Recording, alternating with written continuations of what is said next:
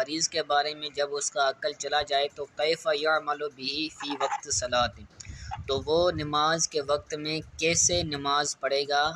یہ سوال کیا تھا ایک شخص نے حضرت امام اعظم ابو حنیفہ سے۔ فکتب الی یخبرنی عن محمد بن منکر، تو امام اعظم ابو حنیفہ نے ان کی طرف خط بھیجا،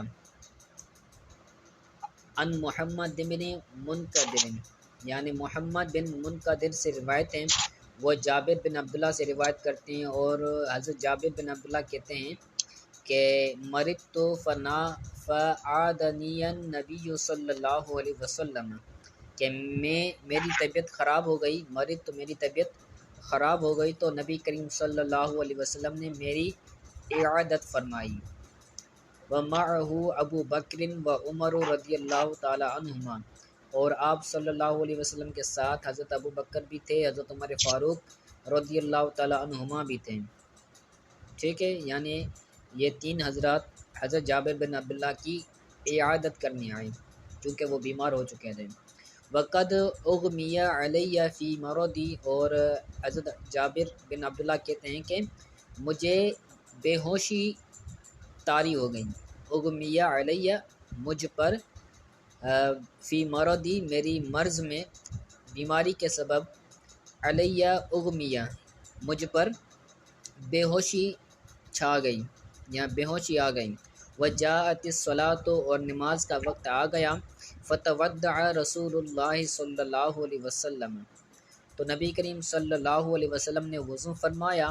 وصب علی من وضوئہ، تو آپ صلی اللہ علیہ وسلم نے اپنے وضو سے مجھ پر کچھ چھینکیں ماری، جو وضو کے پانی کے چھینکیں ہوتی ہیں وہ آپ صلی اللہ علیہ وسلم نے مجھ پر، یعنی حضرت جابر بن عبداللہ کہہ رہے ہیں کہ مجھ پر انہوں نے چھینکیں ماری۔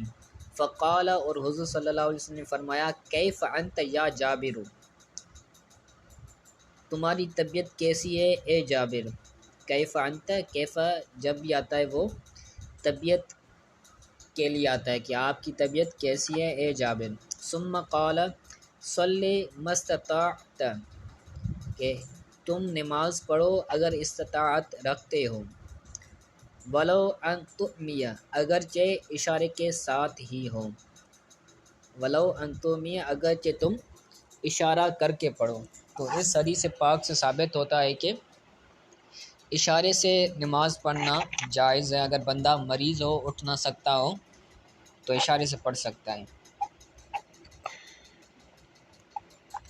آگے ایک بہت ہی اہم بحث ہے حضرت ابو بکر صدیق رضی اللہ تعالیٰ عنہ کی امامت کے بارے میں۔ تو ہم اہل سنت والجماعت کا عقیدہ ہے کہ تمام صحابہ کرام میں جو افضل ہیں وہ حضرت ابو بکر صدیق رضی اللہ تعالیٰ عنہ ہیں، ٹھیک ہے، اور اس پر جو کئی احادیث قرآن کی آیات بھی دلالت کرتی ہیں، اور ان دلال میں سے ایک دلیل امامت کی بھی ہے کہ نبی کریم صلی اللہ علیہ وسلم نے ان کو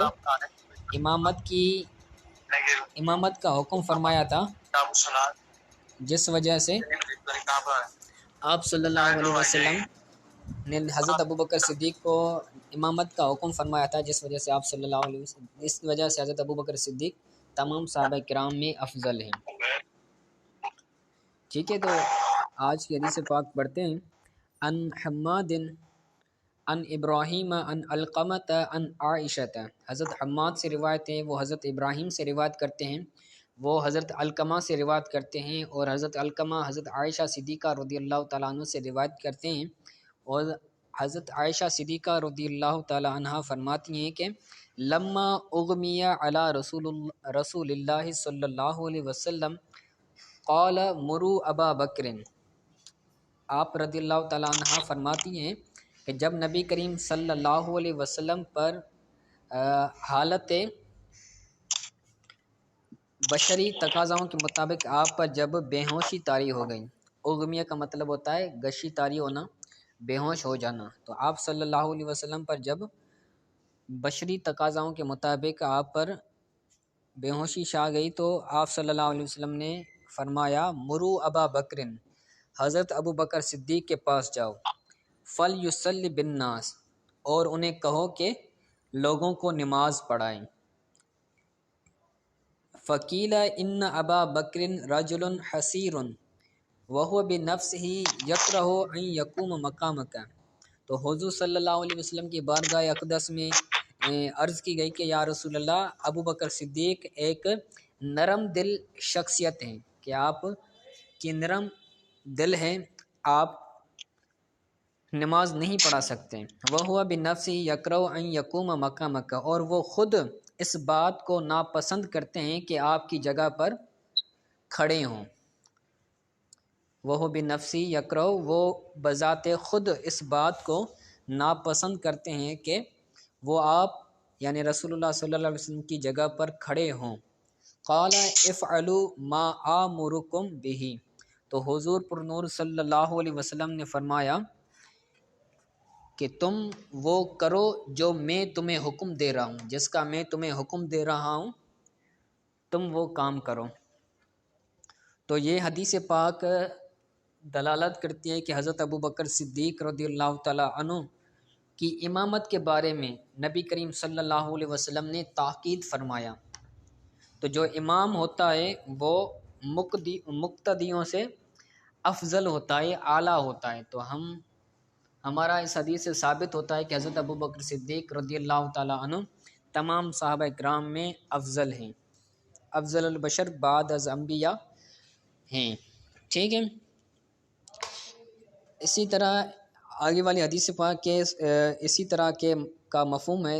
ان حماد ان ابراہیم ان علقمۃ ان عائشہ رضی اللہ تعالی عنہا ام المومنین۔ حماد سے روایت ہیں، وہ ابراہیم سے روایت کرتے ہیں، اور حضرت ابراہیم علقمہ سے روایت کرتے ہیں، اور علقمہ حضرت عائشہ صدیقہ رضی اللہ تعالی عنہا سے روایت کرتے ہیں، جو کہ ام المومنین ہیں، تمام مومنوں کی والدہ ہیں۔ قالت لما اغمی علی رسول اللہ صلی اللہ علیہ وسلم، آپ فرماتی ہیں کہ جب نبی کریم صلی اللہ علیہ وسلم پر بے ہوشی چھا گئی تو آپ نے فرمایا مرو ابا بکر، ابو بکر صدیق کے پاس جاؤ، فل یصلی بالناس، اور اسے کہو کہ لوگوں کو نماز پڑھائے۔ فقیل لہو یا رسول اللہ ان ابا بکر رجل حسیر، تو حضور کی بارگاہ اقدس میں عرض کی گئی کہ یا رسول اللہ، حضرت ابو بکر صدیق نرم دل شخصیت ہیں، وَهُوَ يَكْرَهُ أَن يَقُومَ مَقَامَكَ، اور وہ ناپسند جانتے ہیں کہ آپ کی جگہ پر کھڑے ہوں۔ قال مرو ابا بکر، پھر حضور صلی اللہ علیہ وسلم نے دوبارہ فرمایا کہ حضرت ابو بکر صدیق کے پاس جاؤ، فل یصلی بالناس یا صویحبات یوسف۔ حضور صلی اللہ علیہ وسلم نے دوبارہ فرمایا کہ آپ حضرت ابو بکر صدیق کے پاس جاؤ اور اس کو کہو کہ لوگوں کو وہ نماز پڑھائیں۔ اے یوسف کے چاہنے والیوں، کہ حضرت یوسف علیہ السلام کو کچھ عورتیں چاہ رہی تھیں اور اس کی طرح وہ بے خبر تھیں، حضرت یوسف علیہ السلام کے حسن سے بے خبر تھی، تو یہ اس کی تصغیر ہے۔ یہ اصل میں اس کی واحد آتی ہے صاحبتن، اور صاحبتن کی تصغیر آتی ہے صحیبہ، تو یہ صحیبہ کی جمع ہے صحیبات یوسف، یعنی حضرت یوسف علیہ السلام کو چاہنے والیوں کی طرح۔ وکرر، اور حضور صلی اللہ علیہ وسلم نے بار بار یہ بات فرمائی کہ حضرت ابو بکر صدیق کے پاس جاؤ اور اسے کہو کہ لوگوں کو نماز پڑھائیں۔ ٹھیک ہے، تو یہاں پر جو وجہ شبہ ہے حضرت یوسف علیہ السلام کی جو عورتیں تھیں جو ان کو چاہتی تھیں، تو ان کے اندر جو وجہ شبہ ہے وہ ہے بے خبر ہونا، کہ جس طرح وہ حضرت یوسف کے حسن سے بے خبر تھی، اسی طرح تم یعنی جو امہات المومنین اس وقت آپ صلی اللہ علیہ وسلم کے قریب تھیں، ان کو حضور صلی اللہ علیہ وسلم نے فرمایا۔ ٹھیک ہے، آگے حدیث پاک کے یہی مفہوم ہے۔ ان حماد ان ابراہیم ان الاسود ان عائشہ، حماد سے روایت ہے، وہ ابراہیم سے روایت کرتے ہیں، ابراہیم حضرت اسود سے روایت کرتے ہیں، وہ حضرت عائشہ صدیقہ رضی اللہ تعالیٰ عنہ سے روایت کرتے ہیں۔ حضرت عائشہ صدیقہ فرماتی ہیں کہ ان النبی صلی اللہ علیہ وسلم لما مرض المرض الذي قبض فيه خف من الوجع، کہ نبی کریم صلی اللہ علیہ وسلم جب بیمار ہوئے اس بیماری میں جس بیماری میں آپ صلی اللہ علیہ وسلم اس دنیا سے پردہ فرما گئے.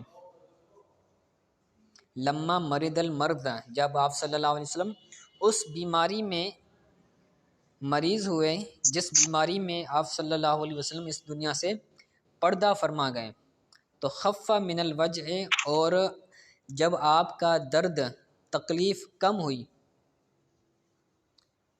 فلما حضرت الصلاۃ، تو جب نماز حاضر ہوئی یعنی نماز کا جب وقت ہوا، تو قال لعائشہ، تو آپ صلی اللہ علیہ وسلم نے حضرت عائشہ صدیقہ رضی اللہ تعالی عنہا کو فرمایا کہ مری ابا بکر، کہ حضرت ابو بکر صدیق کے پاس جاؤ، سرکار نے حکم دیا. فلیصلی بالناس، اور اسے کہو کہ وہ لوگوں کو نماز پڑھائے. فارسلت الی ابی بکر رضی اللہ تعالی عنہ، تو حضرت بی بی عائشہ صدیقہ نے حضرت ابو بکر صدیق کی طرف پیغام بھیجا. ارسلت پیغام بھیجا ابو بکر صدیق کی طرف. ان رسول اللہ، کیا پیغام تھا؟ وہ پیغام یہ ہے کہ ان رسول اللہ صلی اللہ علیہ وسلم یامرک ان تصلی بالناس، کہ نبی کریم صلی اللہ علیہ وسلم آپ کو حکم دیتے ہیں کہ آپ لوگوں کو نماز پڑھاؤ. فارسل الیہا، تو حضرت ابو بکر صدیق نے بھی ان کی طرف، کن کی طرف؟ حضرت عائشہ صدیقہ رضی اللہ تعالی عنہا کی طرف خط بھیجا. کہ وہ خط کیا تھا؟ یا بنتاہ انی شیخ کبیر، حضرت ابو بکر صدیق کی بیٹی حضرت عائشہ صدیقہ رضی اللہ تعالیٰ عنہ کی طرف حضرت ابو بکر صدیق نے خط بھیجا کہ یا بنتاہ، اے میری بیٹی، انی شیخ کبیر رفیق، کہ بے شک میں ایک بوڑھا شخص ہوں، بڑی عمر کا ہوں، اور میں رفیق یعنی ساتھی ہوں نبی کریم صلی اللہ علیہ وسلم کا. وَإِنِّي مَتَى أَرَى رسول اللہ صلی اللہ علیہ وسلم فی مقامہ ارق لذالک، حضرت ابو بکر صدیق کے الفاظ ہیں کہ جب میں نبی کریم صلی اللہ علیہ وسلم کو نہیں دیکھوں گا اپنے مقام میں، تو میری دل مزید رقیق ہو جائے گی، میری دل مزید نرم ہو جائے گی. یہ حضور صلی اللہ علیہ وسلم سے حضرت ابو بکر صدیق کی محبت ہے کہ آپ فرماتے ہیں کہ اگر میں نبی کریم صلی اللہ علیہ وسلم کو اپنی جگہ پر نہ دیکھوں، جو ان کی اپنی جگہ ہے، وہ جگہ کون سی ہے؟ امامت والی، تو آپ کہتے ہیں کہ میں مزید میری دل نرم ہو جائے گی، میں رقیق القلب بندہ ہوں، میں نماز نہیں پڑھا سکوں گا. فاجتمعی انت وحفصۃ رضی اللہ تعالی عنہا عند رسول اللہ صلی اللہ علیہ وسلم. حضرت ابو بکر صدیق کے الفاظ ہیں کہ تم یعنی حضرت عائشہ و حفصہ، وہ نبی کریم صلی اللہ علیہ وسلم کی جو دوسری زوجائیں حضرت حفصہ بنت عمر رضی اللہ تعالی عنہما، کہ آپ یہ دونوں حضرت نبی کریم صلی اللہ علیہ وسلم کی بارگاہ میں حاضر ہو جائیں. فیرسل الی عمر رضی اللہ تعالی عنہ، اور حضرت عمر کی طرف آپ خط بھیجیں. فلیصلی بہم، تو حضرت عمر لوگوں کو نماز پڑھائیں، صحابہ اکرام کو نماز پڑھائیں. ففعلت، تو حضرت عائشہ صدیقہ نے اس طرح کیا، یعنی حضرت عمر کی طرف خط بھیجا. ٹھیک ہے، تو حضور صلی اللہ علیہ وسلم یعنی انہوں نے نماز نہیں پڑھائی. فقال رسول اللہ صلی اللہ علیہ وسلم انتن صواحب یوسف، کہ تم حضرت یوسف کے چاہنے والوں کی طرح بے خبر ہوں. مری ابا بکر فلیصلی بالناس، تم ابو بکر صدیق کے پاس جاؤ اور لوگوں کو کہو کہ وہ لوگوں کو نماز پڑھائیں. فلما نودی بالصلاۃ یسمع النبی صلی اللہ علیہ وسلم المؤذن، تو جب نماز کا وقت ہوا اور نماز کی ندا دی جا رہی تھی یعنی اذان ہو رہی تھی، تو نبی کریم صلی اللہ علیہ وسلم نے مؤذن کی اذان کو سنا. وہو یقول، اور وہ کہہ رہا تھا حی علی الصلاۃ، تو سرکار صلی اللہ علیہ وسلم نے کہا ارفعونی. فقالت عائشہ، تو سرکار صلی اللہ علیہ وسلم نے جب مؤذن کا آواز سنا تو آپ صلی اللہ علیہ وسلم نے فرمایا مجھے اٹھاؤ. تو حضرت عائشہ صدیقہ نے کہا، عرض کی کہ قد امرت ابا بکر ان یصلی بالناس، حضرت عائشہ صدیقہ نے عرض کی کہ بے شک میں نے حضرت ابو بکر صدیق کی طرف پیغام بھیجا ہے کہ وہ لوگوں کو نماز کرائے. وانت عذر، اور آپ تکلیف میں ہیں، قال ارفعونی فإنہ جعلت قرۃ عینی فی الصلاۃ، سبحان اللہ۔ تو سرکار نے فرمایا مجھے اٹھاؤ، بے شک میرے آنکھوں کی ٹھنڈک نماز کو بنایا گیا ہے۔ قرۃ یعنی ٹھنڈک، میری آنکھوں کی ٹھنڈک کو نماز کے اندر بنایا گیا ہے۔ یعنی اس حدیث پاک سے کئی مسائل اخذ ہوتے ہیں۔ ایک تو یہ ہوتا ہے کہ حضرت ابوبکر صدیق رضی اللہ تعالیٰ عنہ تمام صحابہ اکرام کے امام ہیں، تمام صحابہ اکرام سے افضل ہیں، جو کہ اہل سنت والجماعت کا عقیدہ ہے، کیونکہ حضور صلی اللہ علیہ وسلم اس حدیث سے بار بار حکم فرما رہے ہیں، بار بار حکم دے رہے ہیں کہ ابوبکر صدیق کو بلاؤ اور اس کو کہو کہ وہ صحابہ اکرام کو نماز پڑھائیں۔ تو اس کے اندر ہماری دلیل ہے کہ حضرت ابوبکر صدیق تمام صحابہ اکرام کے امام ہیں، اور جو امام ہوتا ہے وہ تمام مقتدیوں سے افضل ہوتا ہے۔ اور دوسری یہ کہ نبی کریم صلی اللہ علیہ وسلم نے فرمایا کہ میری آنکھوں کی ٹھنڈک نماز کے اندر رکھی گئی ہے، یعنی اس سے نماز کی اہمیت بھی پتہ چلتی ہے۔ تو یہ آج کا سبق تھا، اس کو اچھی طرح سے یاد کیجئے گا، جو بات سمجھ نہیں آئی وہ پوچھ لیں۔